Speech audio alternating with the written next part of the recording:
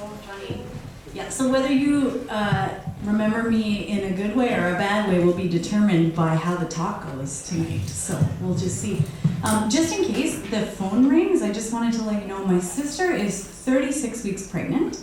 And she fell in the driveway today, and she's totally fine. Baby is totally fine, but she's on emergency bypass on my phone, so it's on silent. But if it rings, it means it's her calling because she's having a baby. So if that happens, I'm just gonna leave immediately. So then Blaze will come up and give the rest of the time.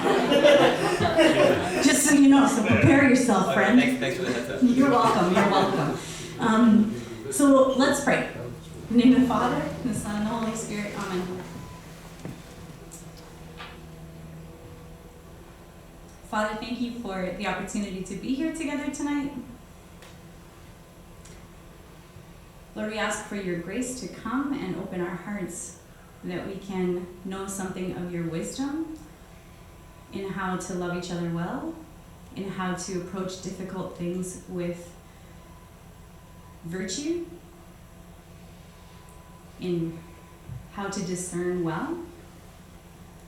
We ask that whatever shared tonight, Lord, whatever is important for us, that it be planted in our hearts so that it can grow and become fruitful with your grace. We ask, Lord, if there's anything extraneous, that you will whip it from our minds like a sieve. Lord, I pray that you would guide my words, that you'd help me to share what is necessary and leave behind what is not necessary. And Mary, we ask that you would enfold us all in your mantle of protection, that you would guide us closer to the heart of your Son always. Hail Mary, full of grace, the Lord is with thee. Blessed art thou amongst women, and blessed is the fruit of thy womb, Jesus. Holy Mary, Mother of God, pray for us sinners, now and at the hour of our death. Amen. In the Father, and the Son, and the Holy Spirit. Amen. So, how many of you are super pumped for the talk tonight? Angela, she's leaving. But that's okay. So when we were talking about possible topics that might be appropriate to have, this topic definitely came up because I think it's something that we all have to learn how to do well. It's not something that can really be avoided in life, just like suffering exists and you can't be avoided no matter how much you run from it. Having difficult conversations is not something that you can run from. They exist. So learning how to have those difficult conversations with prudence and with love is an essential thing, I think, for us as Christians in general. So hopefully tonight we'll have some clarity on some framework that might make that a little bit easier, because I think most of us find these conversations can be difficult. So when I'm talking about difficult conversations, let me give you some examples. So maybe it means approaching a relative about negative comments that are constantly degrading. So American Thanksgiving is today, so maybe some of you have been in that situation before. For me, it's not so much degrading comments, for sure. I have relatives that don't generally spend their Thanksgivings putting people down, which is great. However, I do have that one uncle, the one uncle who just makes like slightly inappropriate or very inappropriate comments that are, jokes and stuff like that. So I was recently became a consecrated virgin this fall, and then the first time that I saw him after that, he was like, "And how's Mrs. Christ today?" It's like, all right, that's great, that's good, that's acceptable. Before that, it used to be jokes about nuns, where he would say, nuns, you can't get into the habit. It's like, okay, Uncle Jerry, that's great, thank you. But that is a potential situation that you might encounter, bringing up a destructive habit with a best friend. So I think that some of us have probably experienced that before, where you see something that's really harming somebody's life and you want to chat with them about it, but that can be very difficult to bring up. Broaching an unresolved issue with a boss. So if there's something that you need to talk to somebody in authority about, but you don't know exactly how to do that, that's an example. Requesting an intimidating professor review a grade, so that could be something. What are other examples that you guys can think of? I just want to frame it well so we understand what we're talking about.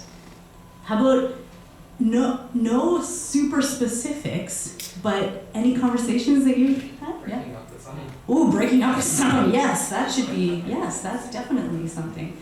What about Anybody else? Other? Yeah. Having to ask people to put away their cell phone when someone else is talking. Oh, yeah, that's a good thing. That can be difficult. Yeah. Yeah. Having to have the same conversation with someone for the umpteenth time. Ooh, yeah, that's a difficult one too, for sure. Having to have a conversation with someone for the umpteenth time, like a repeat conversation about the same thing. Yeah, that can be really hard too. Definitely. I mean, I'm sure you can probably all think of maybe a difficult conversation right now that you might need to have with somebody. It's entirely possible. So why engage? Why do we want to engage in these things? So the first, I think, is like a practical reason, but also about our eternal destiny. So we were created for freedom. We were created to experience freedom. And freedom does not mean license. So freedom does not mean that we can just do whatever we want, whenever we want. But freedom means that we have the ability to choose the good. So in looking at having difficult conversations with people, when we're having those kind of conversations, they can often be for our own good and for the good of the person that we're talking to, because they encourage us in holiness and they allow us to overcome character flaws that inhibit us from having a deeper relationship with the Lord. So in that way, it can be helping us in our freedom. It can help with clarity in relationships.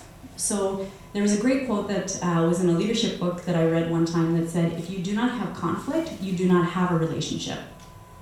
Which is pretty true, because I would say that we're all very different people. Yes?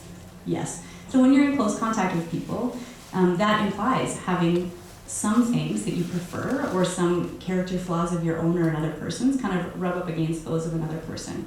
So why engage? It can help us to develop deeper relationships with people and a greater understanding of other people.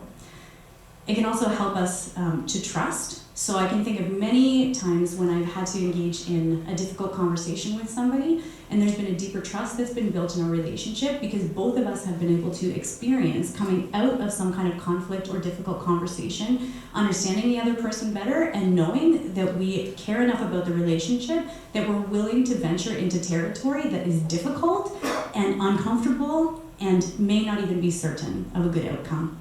So it can develop a lot of trust. Charity. And I say this because we all are born with the effects of original sin in our lives. There is a disorder that exists in us. So when I say disorder, I don't mean like you're all just screwed up people walking around, but I do mean you're all just screwed up people walking around. Do you know what I mean? So we're created in the image and likeness of God, but it's something that was disfigured in us through sin. And that order, that image and likeness is also something that we are becoming. So it's something that we are, and it's also something that we are becoming through our free choices. So when we look at charity, when we're engaging in tough conversations with people, this can be a way that we're encouraging others to grow in holiness and to become more and more the image and likeness of God. So imagine a world where nobody engaged in any difficult conversations with anybody else. We would have much less self-awareness. Often we would be not even cognizant of some of the ways that we hurt people or some of the character flaws that we have.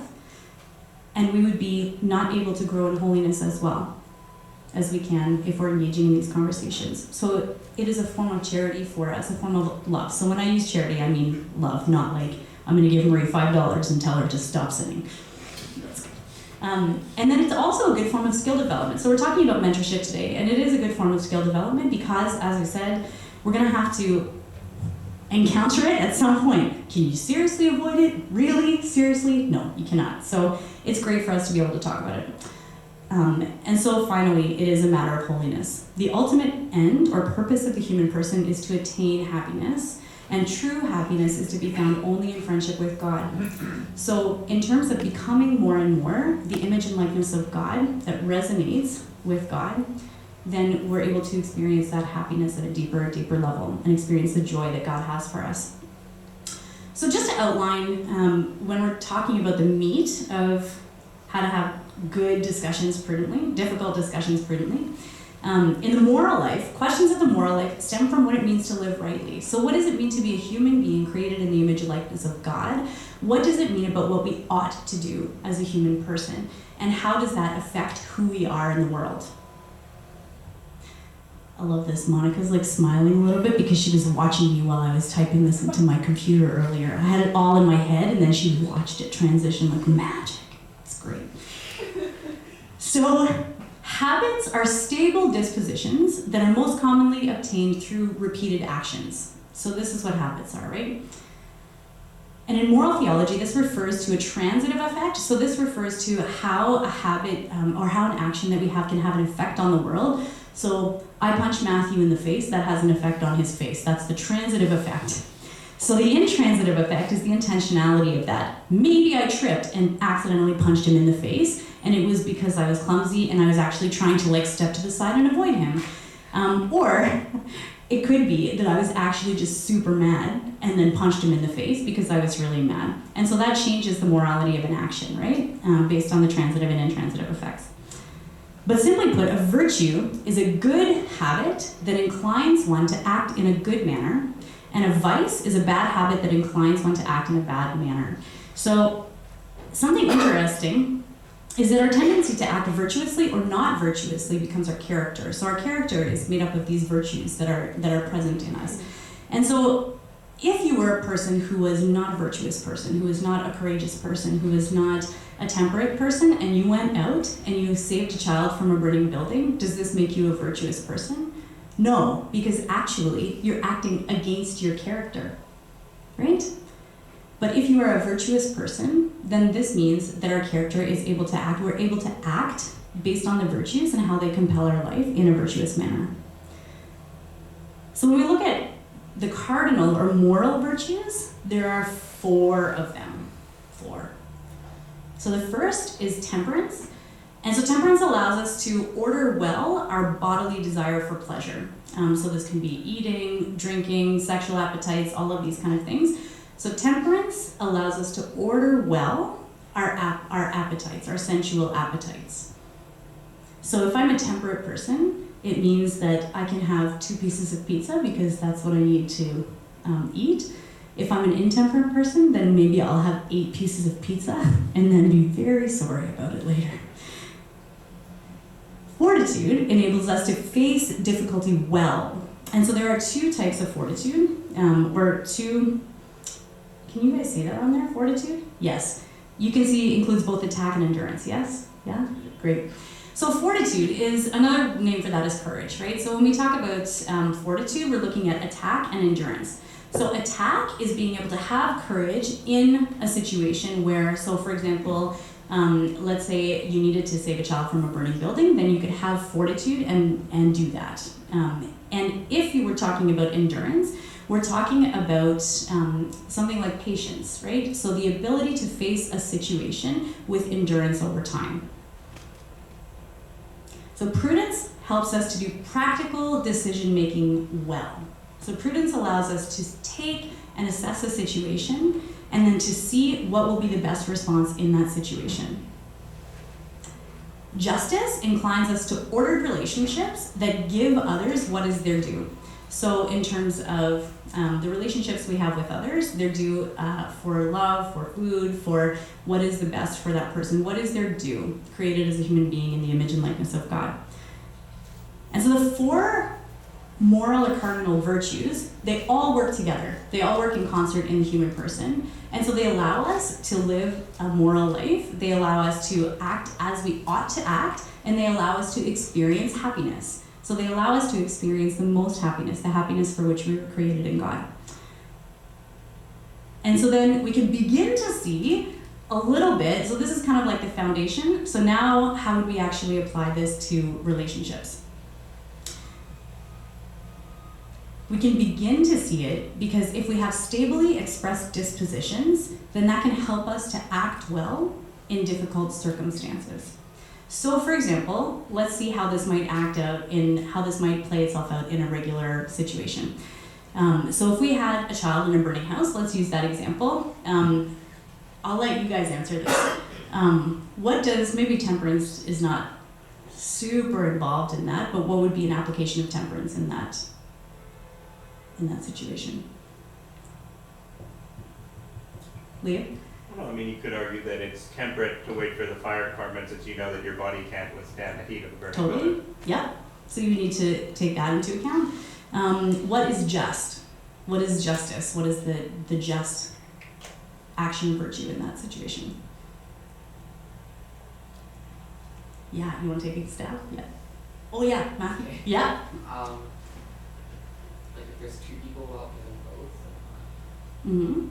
Yeah, or it could just be that the person who is in the fire deserves to, what is their due? Their due is life, right? So to experience life, and that's been given to them by God. So it would be to help support that, to help support that in them. What about courage?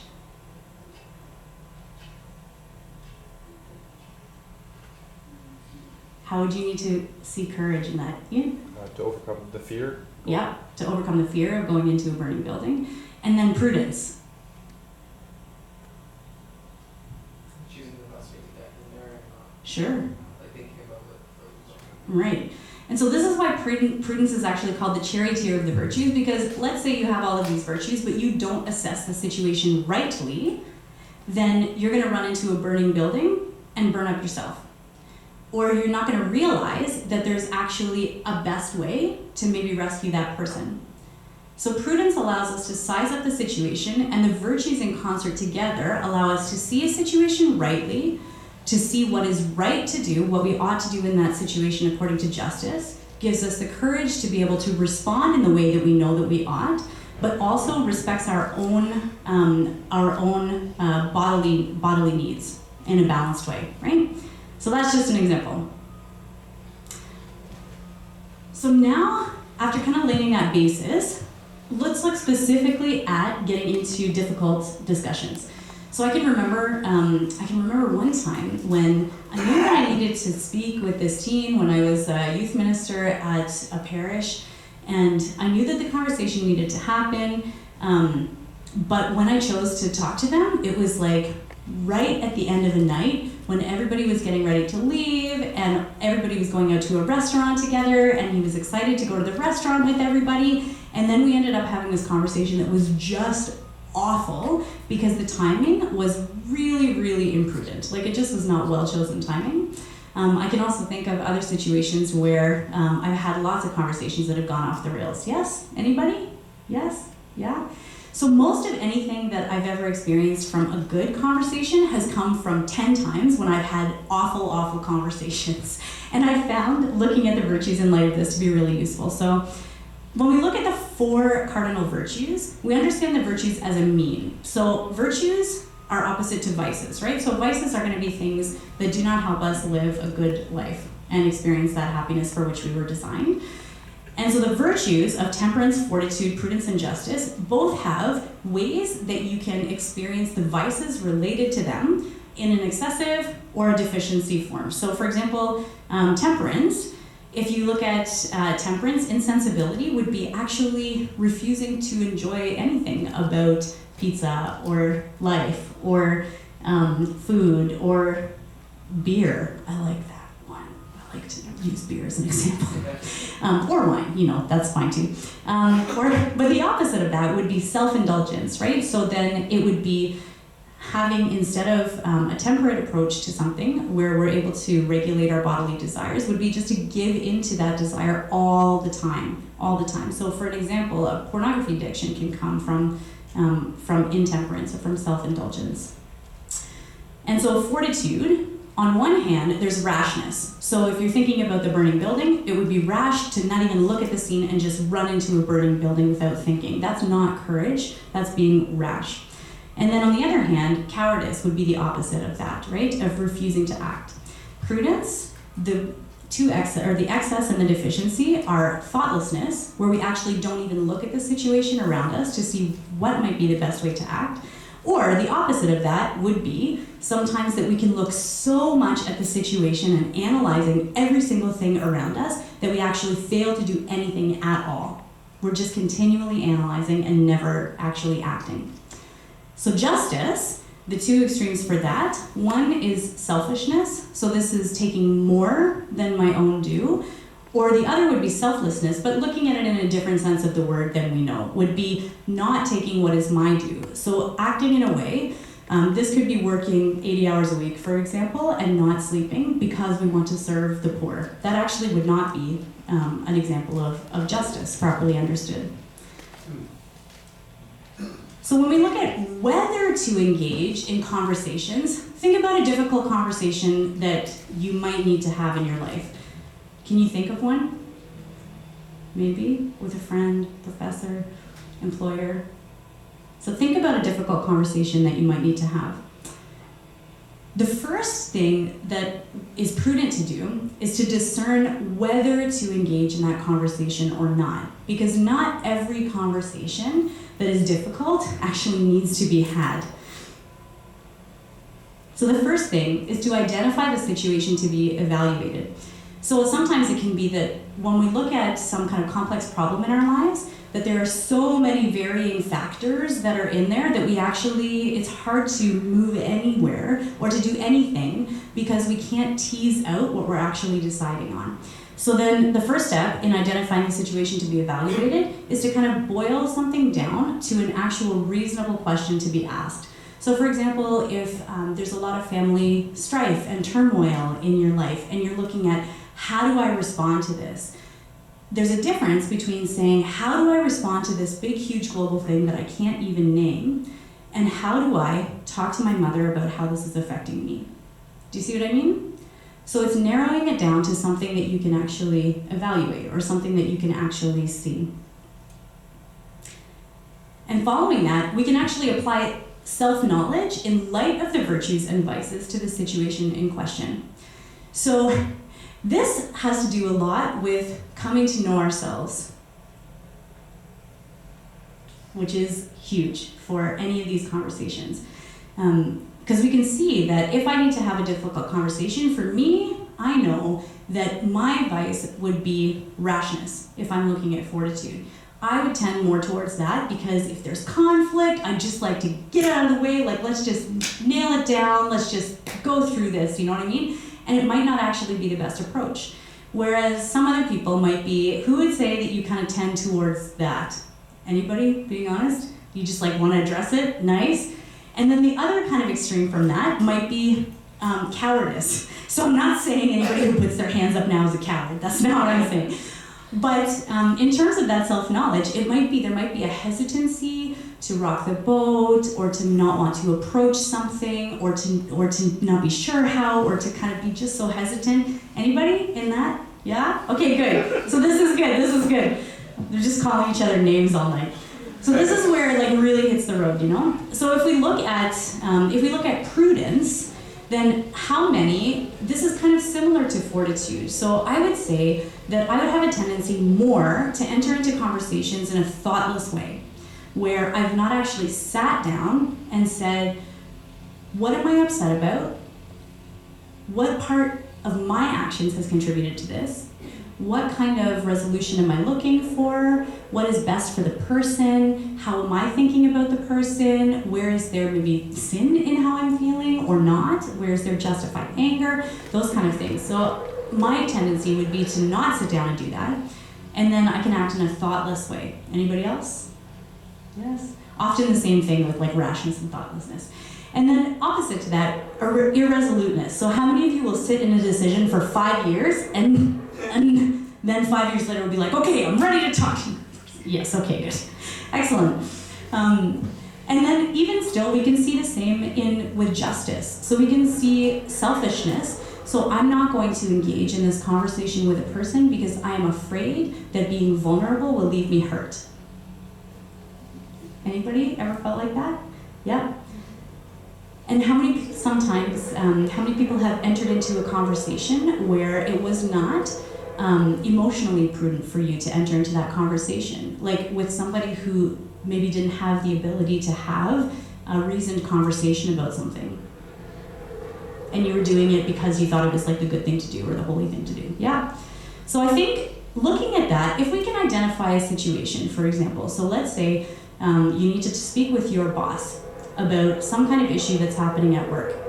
And you know it's going to be a difficult conversation, you're afraid of it. Looking at self-knowledge and taking that to the virtues and examining our tendencies of excess or deficiency in the virtues can help us to see where our hesitancies or where our rashness or where whatever might be in that decision. So then for me, if I know that I tend to be rash or thoughtless, or if I tend to be selfish in my decisions and not want to, not want to like lose things, or I'm afraid of what might happen in that conversation, then I can see that in light of that and weigh that, right? So I can see, is my rashness preventing me from going to my boss?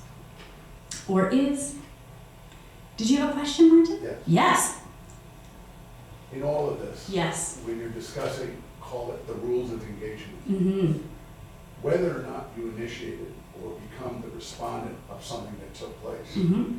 When I hear you speaking tonight, quite eloquently, thank you, I think of the three sort of psychological reactions to something, Mm-hmm. the three F's. Yeah. The fight, flight, and some people say the third is to freeze. Right.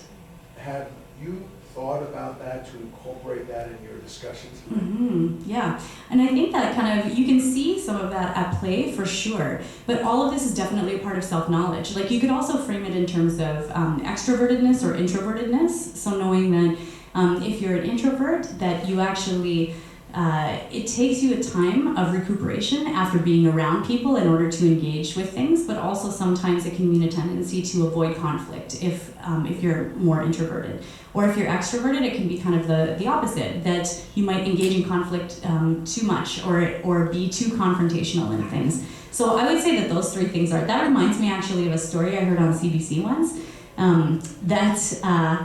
that was talking about somebody who got caught on an escalator and their clothing got caught and they were getting pulled under, and how 2% of the population, I think, were don't quote me on this, so like we're editing this out of the I think it was 2% of the population would kind of go into fight mode and would be like, okay, let's do this, we need to stop the button, we need to do the thing, and they'll go into action mode and immediately respond to that situation, and they'll respond in a good way, it's accurate, it's, so it's kind of like, not quite the same as fight, but you see what I mean, it's like action oriented.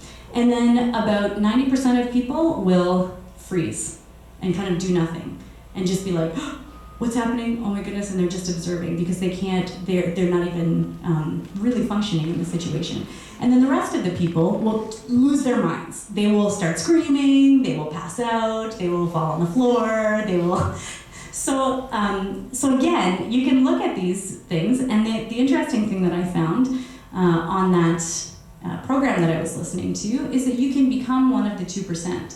So you can become a person who will respond to things that are out of your comfort zone.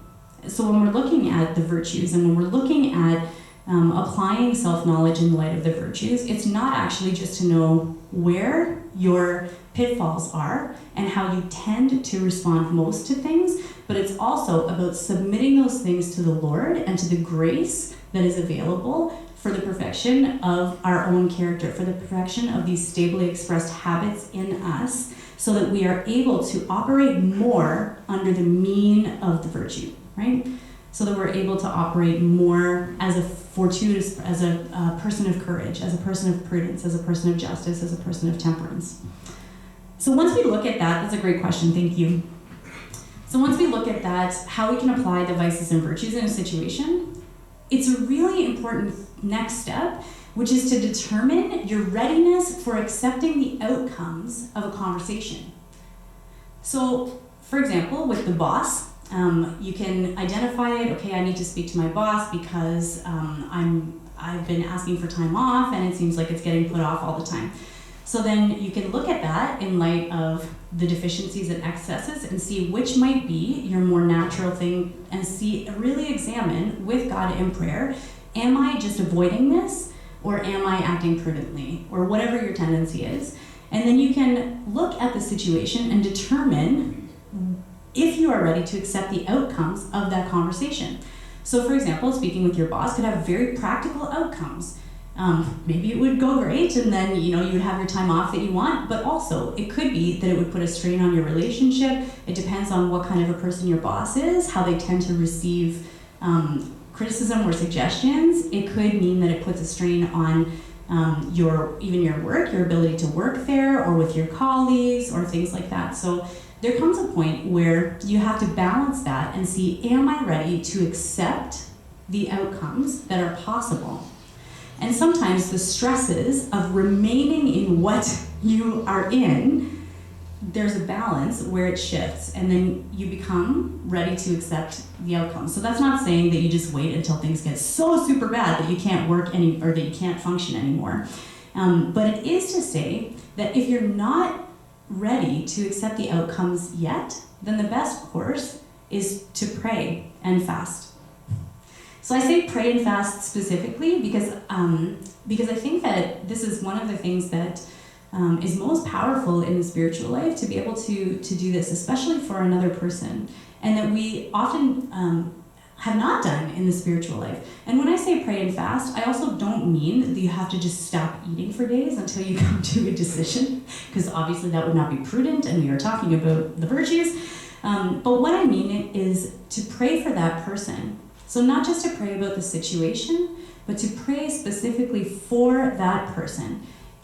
Because it softens your heart towards that person and starts to fill you with the love of God that He has for that person, so that if you are to speak with them, that you're able to do so with full faith, hope, and charity. And then also, it has an effect on that person. It can help them to be open to that grace of God, right? So the ability of prayer to actually affect these things, I think, is something good for us to start believing in the realness of that. And then also with fasting, it can be to offer that. So to offer either a food, maybe let's say you really hate salad, but you choose to eat your salad last for your meal. Or maybe it could be that you really like a pair of shoes and you don't wear them for a week. So it could even be little things like that, and to offer up those things, because it also makes us attentive to the movements of God in our lives. So if you determine not to move forward yet, then pray and fast and wait for the Lord. Wait for the Lord, because it really is amazing how when we do that then we can come to see, okay, now I've reached the point where I feel like I can move forward in this conversation and I can accept the outcomes. Or maybe the possibility of those outcomes even changes. Maybe your boss gets turned. I actually prayed for one of my mom's colleagues once, and then she got hit by a bus, no lie. But she was totally fine. It was a small hit, so I'm not saying that was the result of the prayers. But I'm just saying that God can do. That's not how God works, we all know that. So if you determine to move forward, then we can also pray, but we need to pray for courage to follow the Holy Spirit and for the Lord to provide the time for the conversation. And this is one of the things that I have found actually surprises me every time. That I know I need to have a difficult conversation. I kind of weighed how that might need to happen with what my tendencies are. Then I've decided, okay, yeah, I'm ready for the outcomes of this conversation, should it need to happen, and then giving it into the hands of the Lord. And I kid you not, it's been like miraculous at times how He has provided the time for that conversation to happen. Like the person is just randomly by themselves and they're never by themselves.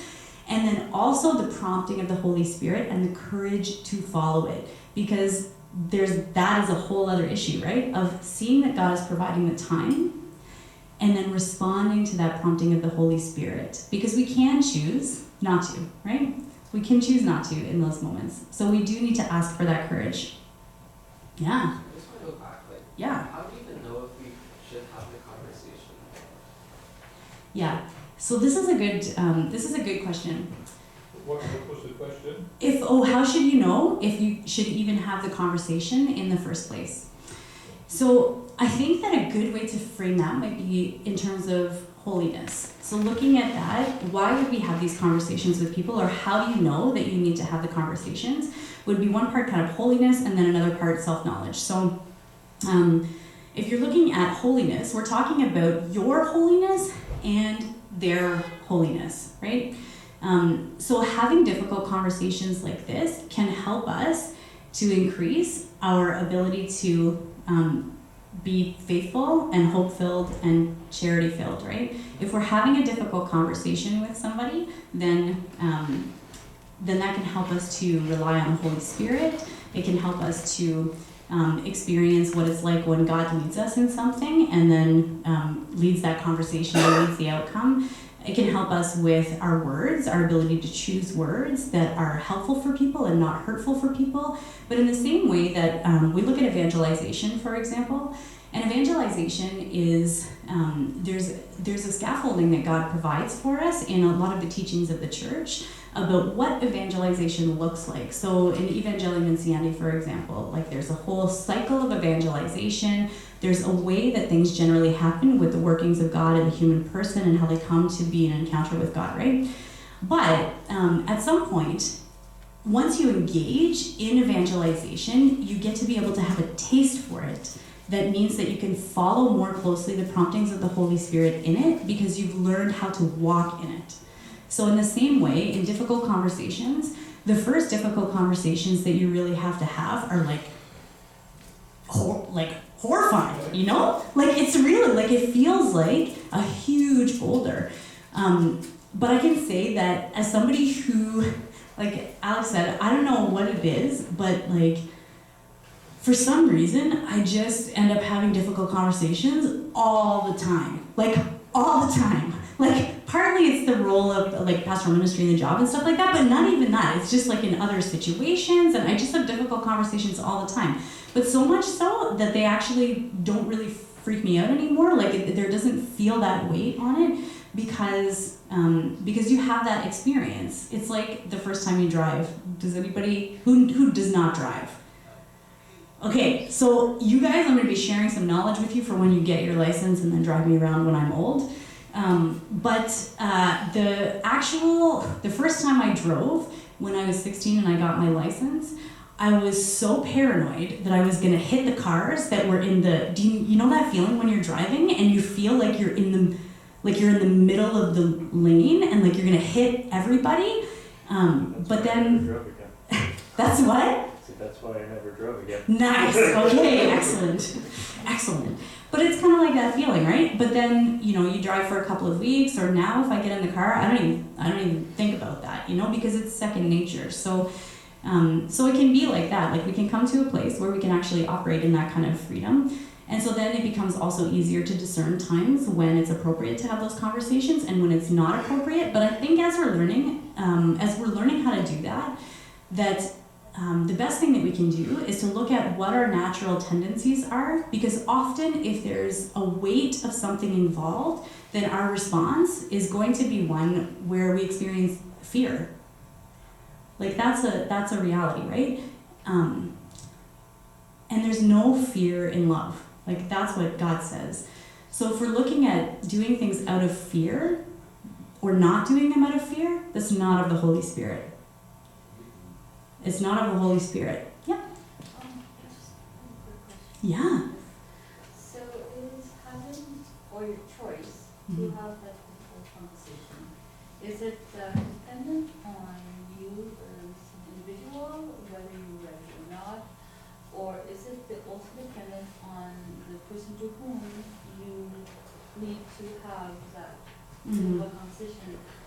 Because if, let's say, for example, the individual to whom you need to have that discussion, you kind of determine or predetermine what sense of state that individual is. And of course, you can only determine your state, but it's a two-way discussion. Yeah. So how are you to, to have an indicator that this is the time and place, or the readiness, Yes, yeah. or emotional intelligence, Yeah. to sort of have that? So that's not that. This is actually kind of the next part of the. So this is a great question, right? But I think that there's, on one hand, it's true that we cannot ever control the responses of another person.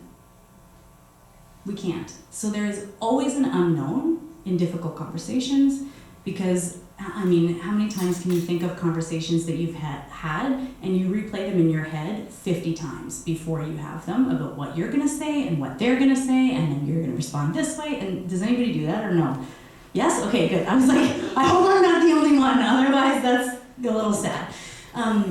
But that can be what happens, right? So we think about these conversations, but we can't actually ever predict how they will go because, aside from in some generalities sometimes, but we can, based on knowing the other person, anticipate what some of their responses might be, and then that can help us, again, with the virtues. If we apply the virtues to that and look, like prudence, if you apply that to a conversation with your boss, for example, and you know that your boss is very sick lately, and maybe it's not the right time for you to approach them, or if you know that the person tends to kind of flee from conflict, then maybe you know that you need to be very gentle in your approach, or so it can help you. They can help you also to know. But I think that 3 other things that can help us discerning how to engage with a person. So one of the things that we talk about with the student campus ministers who live here is, especially if you are an introvert versus an extrovert, or you tend to kind of run from conflict or go into conflict imprudently or kind of headlong, is trying to counteract that, right? So one of the things that you can do, like if I know that I tend to kind of go into conflict without actually thinking about what I have done or what I say or things like that, then I will wait 24 hours. I will make myself wait 24 hours. But on the other hand, if you're somebody who would sit with it for 5 weeks and then go up to the person and they have no idea what you're talking about because it's been 5 weeks, then maybe you need to give yourself a deadline of 24 to 48 hours to talk to that person. And if it's something that you can, like some things we can just die to ourselves in, right? Ourselves. Like if I was a roommate with somebody and I didn't like particularly how they wash the dishes, I can die to myself because it's not a matter of salvation for them. It's not a matter of salvation for them, right? If it were a matter of salvation, if they, for example, just left all kinds of stuff and they were doing it very carelessly and they knew that they should be doing it better and they were just choosing not, then that actually is different, right? That you could talk to them about something like that. But if it is something that concerns your holiness or another person's holiness, then I think that can be also a good measure of whether you should bring it to them or not. So, yeah. What if it's like a situation where, like, just for beer thing, just because you talk about that, where I'm like, it's really not your place, like an acquaintance or something, or you see 2 people arguing, and then like this person comes up to you and they're like, oh, I saw you arguing with that person. Like, usually in my case, it's always some guy who sees me arguing with a girl and then feels the need to come and talk to me later. It's like, bro, you have no, and they just get like obstinate, or like, and they bring up like everything and say, like, well, my holiness, my prudence, my. Yeah, I mean, I think there's also there's an element of justice or injustice in that, right? And I think that it's also important to keep conflict between the people who the conflict is between. So if I was really mad at Alex because she parked in my parking spot, and then I went and told Mark, and then I was talking to Lewis, and then I was talking to Matthew, and then, you know, like, and especially if I put that under the guise of, I just really don't know what to do about this situation, you know, because Alex parked in my parking spot and she does it all the time and da-da-da. There's a difference between asking for advice from one person and then speaking to multiple people and having it become gossip, right? But I think to go back to your situation, it's best to keep it between you and the person who you need to have that difficult conversation with, if at all possible. But also, there's another element to that too, which I think is even humility, you know? Because it's true that I find, for me personally, one of the most painful things that I can experience is when someone attributes a motive to me that is not my motive.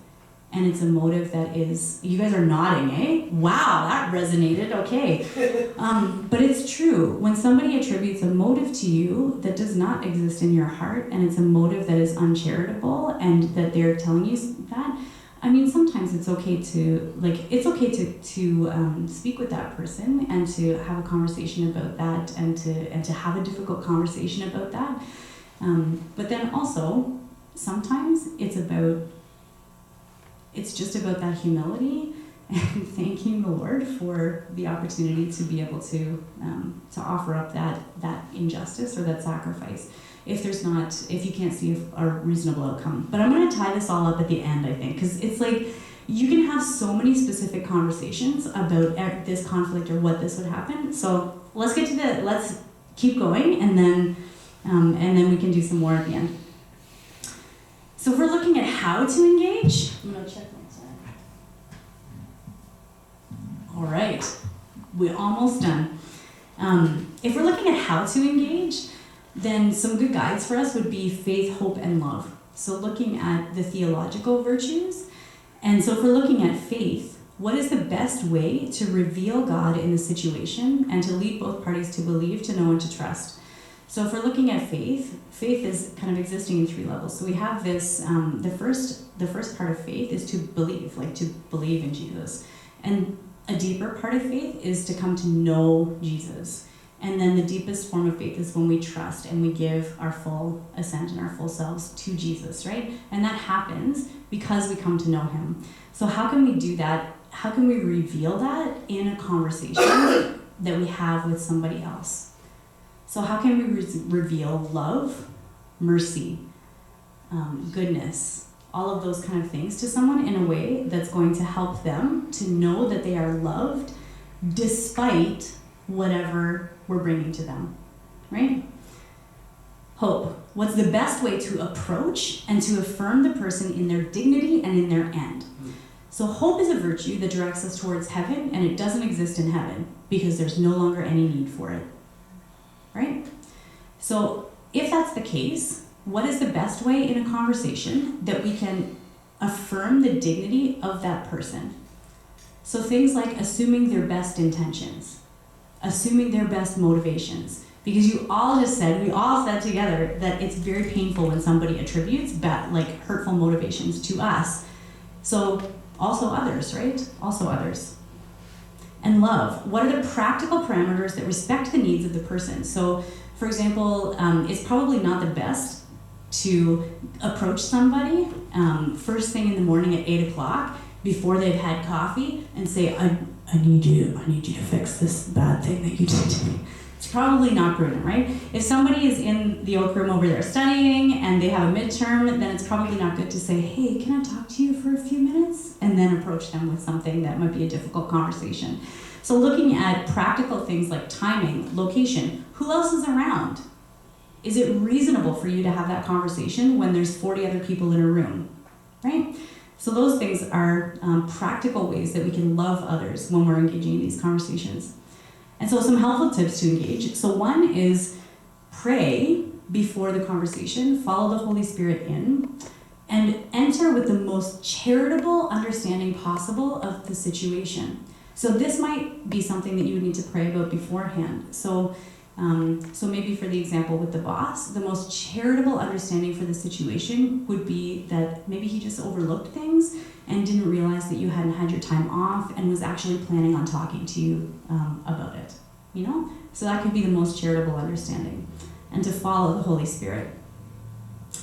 To use I language because it's corrective as opposed to condemning. So making blanket statements like, you never listen to me, or you are, or you that, is taking the person and instead of affirming their dignity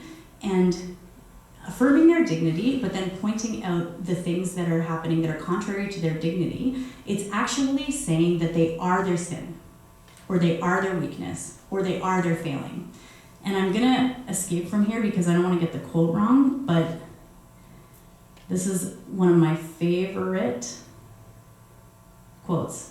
We are not the sum of our weaknesses and failures. We are the sum of the Father's love for us and our real capacity to become the image of his Son. So this is huge when we're entering into these conversations, is we need to remember this about ourselves and about the other person, that we cannot ever reduce them to their failures or to their weaknesses, because they are more than that. More than that.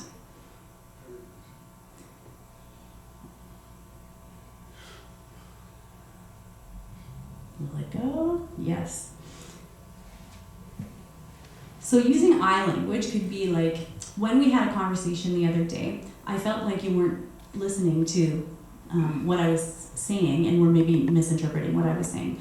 Or it could be, to use the example, when we were speaking the other day, I felt like myself and whoever were having a productive conversation, and I don't feel that it's necessarily appropriate to be having this conversation with you, but I'll go and talk to that other person, or something like that. So using I statements. And then you can also use the sandwich technique, which some of you may have used before, which is basically where you can go and instead of coming and going up to somebody, I go to Lewis and I say, Lewis, I'm extremely hurt because you gave me a dirty look across the room the other day. I could go up to Lewis and say, Lewis, I love your sweater. I feel like you gave me a dirty look across the room the other day. I don't think you meant it, but it hurt my feelings. That's a ridiculous example, but you see what I mean. Partly, it can be a way to affirm and to explicitly say to somebody, I don't think your intentions were bad. I don't think that you were choosing to hurt me in this way. Or I'm sure you haven't realized that, you may not have realized that I've asked for the time off, and I haven't had time off since this summer. So I just wanted to come and touch base about that.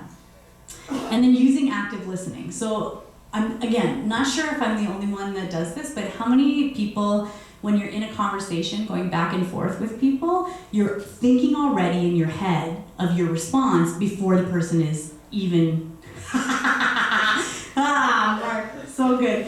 But I think we all do this to a certain extent, right? And then in that, how many times have you experienced then not even remembering what the last thing is that the person said because you've got your answer ready to go? I've definitely done that.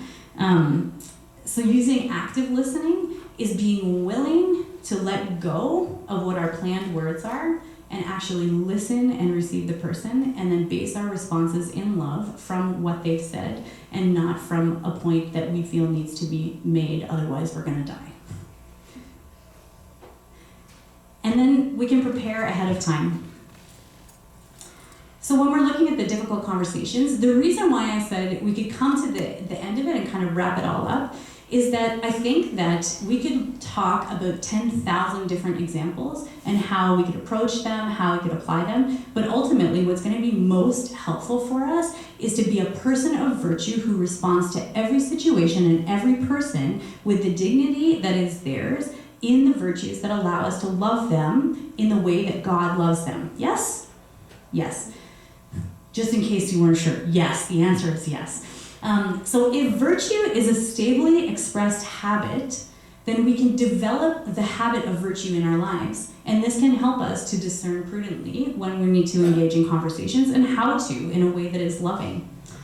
So how can we do this? Well, practically speaking, identify vice. So let's say if I'm looking at the virtue of temperance and if I'm looking at self-indulgence. So I like beer, but I like beer a little too much. I'm not saying that is true. I'm just saying I'm using it as an example.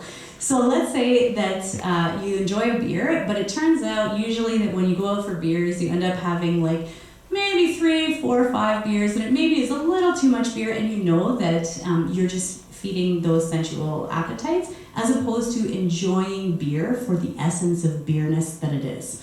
And so this could be something where you're experiencing a deficiency of virtue and temperance. So in order to combat that, then you could look at temperance, some way of incorporating temperance into your life. So let's say, for example, that you tend to push the snooze button in the morning. So pushing the snooze button could be also a way of engaging in self-indulgence. But maybe it's a little bit easier for you to fight that than it is to give up the drinking too many beer right now.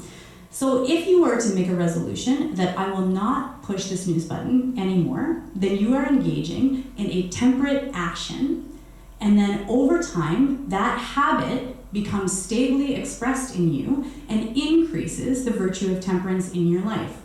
So in this way, it can become like a muscle. So if I go to the gym, which is kind of funny because I don't go to the gym. But anyways, if I were to go to the gym and I were to lift weights, Sorry, I just thought of a funny thing. My nephew and I went shopping the other day. Went to see Santa Claus at the mall, and we went in, and he wanted to go up and down the escalators, and it takes you through a sports check, and there were weights there, anyways. And he was like, "Auntie, do you want to see how strong I am?" And then he took this weight, and he picked it up, and he was like, "Oh!" And I had to like take it because I was seriously so afraid that he was just gonna poop on the floor that I was like, "We're done. We're out." Anyways, that's totally besides the point. But if I were to go to the gym and I were to use weights and I were to build that weight, I'm using that muscle and I'm building that muscle, and then this muscle is going to help me when I'm lugging in heavy boxes. It's not the lugging in heavy boxes repeatedly, although that would do the same thing. It would still build up that muscle, but maybe lugging heavy boxes is hard for me and I hate it. So if I'm going to the gym, then I can use that muscle more easily, right? So temperance, if we build this up in ourselves, then we can start to apply it to more difficult situations. And it becomes something that becomes stably integrated into our lives in a way that is uniform. And as the virtues, all the virtues build up together. So there's a thing called the unity of the virtues. So as one virtue grows, then the other virtues will necessarily grow in our lives too. So then when you look at working on one aspect of something, then you don't have to work on every aspect of everything all the time. Just pick something and start. This way, when we're building up the expression of the virtues in our lives and they become stably expressed habits, we come to difficult situations and difficult conversations, and then we become more ably ready to express those virtues or to operate under the guidance of those virtues in our lives in those times where it is more tricky. And that's the end of the show. So, thanks. That was an awkward ending.